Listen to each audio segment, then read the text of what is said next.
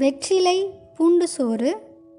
செய்ய தேவையான பொருட்கள்: வெற்றிலை 3, கடலைப்பருப்பு 1 டேபிள் ஸ்பூன், உளுந்தம்பருப்பு 1 டேபிள் ஸ்பூன், வேர்க்கடலை 2 டேபிள் ஸ்பூன், பச்சை மிளகாய் 1, பூண்டு 10 பல், வெட்டி வைத்த சின்ன வெங்காயம் 1 கப், சீரகம் அரை டேபிள் ஸ்பூன், மஞ்சள் தூள் 1/4 டேபிள் ஸ்பூன், வடித்த சாதம் 1 கப்.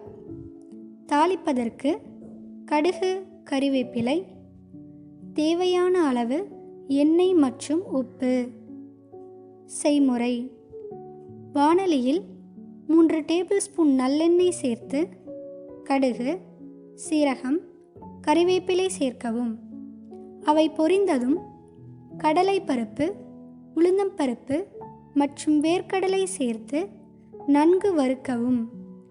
வேர்க்கடலை நன்கு வறுபட்டதும் பச்சை மிளகாய், பூண்டு, வெட்டி வைத்த வெங்காயம், மஞ்சள் தூள் மற்றும் தேவையான அளவு உப்பு சேர்த்து வதக்கவும். அவை வதங்கியதும் வெற்றிலையை பொடியாக நறுக்கி இதில் சேர்த்து 2 நிமிடங்கள் வதக்கவும். பின் இதனுடன் வேக வைத்த சாதம் சேர்த்து நன்கு கிளறி இறக்கினால் சுவையான வெற்றிலை பூண்டு சோறு தயார்.